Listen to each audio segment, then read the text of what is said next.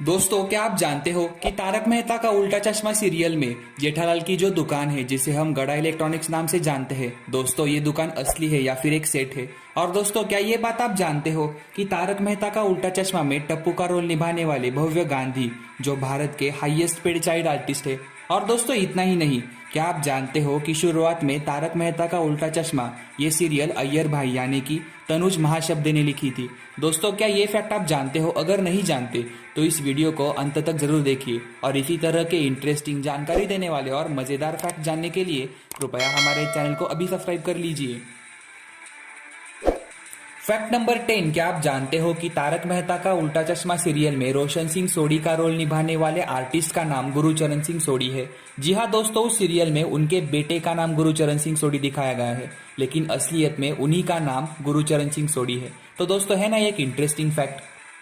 Fact number 9, क्या आप जानते हो कि शुरुआती दिनों में तारक मेहता का उल्टा चश्मा इस सीरियल में चंपकलाल के रोल के लिए दिलीप जोशी को यानी कि जो अभी जेठालाल का रोल निभा रहे हैं उनको चुना गया था, लेकिन कुछ कारणवश बाद में उन्हें बदल दिया गया और उन्हें जेठालाल का रोल दिया गया। फैक्ट नंबर 8, क्या आप जानते हो कि शुरुआती दिनों में तारक मेहता का उल्टा चश्मा इस सीरियल को तनुज महाशब्द ने लिखा था यानी कि अय्यर भाई ने लिखा था, लेकिन बाद में दिलीप जोशी के कहने पर उन्हें एक्टर के तौर पर इस सीरियल में काम करने का मौका दिया गया।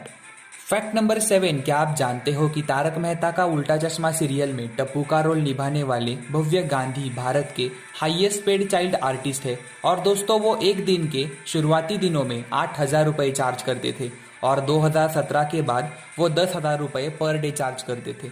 तो दोस्तों, इसी वजह से वो उस समय में भारत के हाईएस्ट पेड चाइल्ड आर्टिस्ट के तौर पर जाने जाते थे।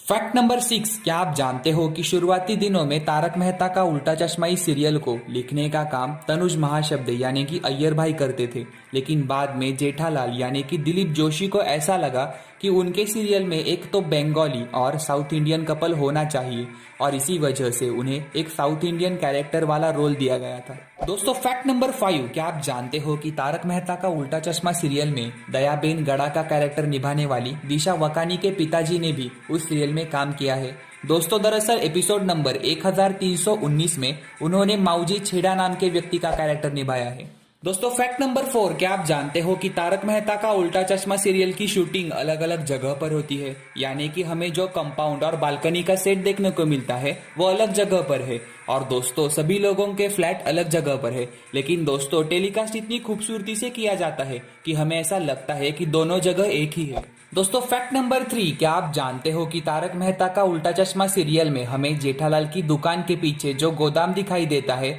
वो दरअसल दुकान के पीछे ना होकर वो स्टूडियो में बनाया गया है।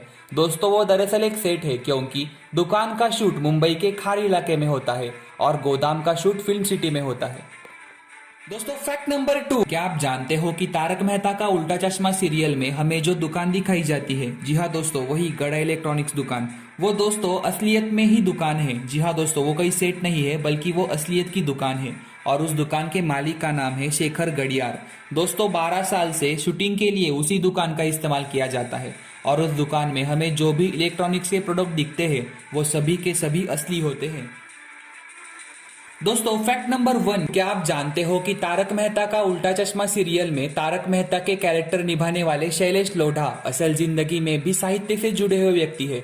दोस्तों, जैसा कि हमें सीरियल में देखने को मिलता है कि वो एक कवि और लेखक है, उसी तरह से वो असल जिंदगी में भी एक कवि है। तो दोस्तों, अगर उनके बारे में आप डिटेल में जानना चाहते हो तो राइट वाले वीडियो पर क्लिक कीजिए।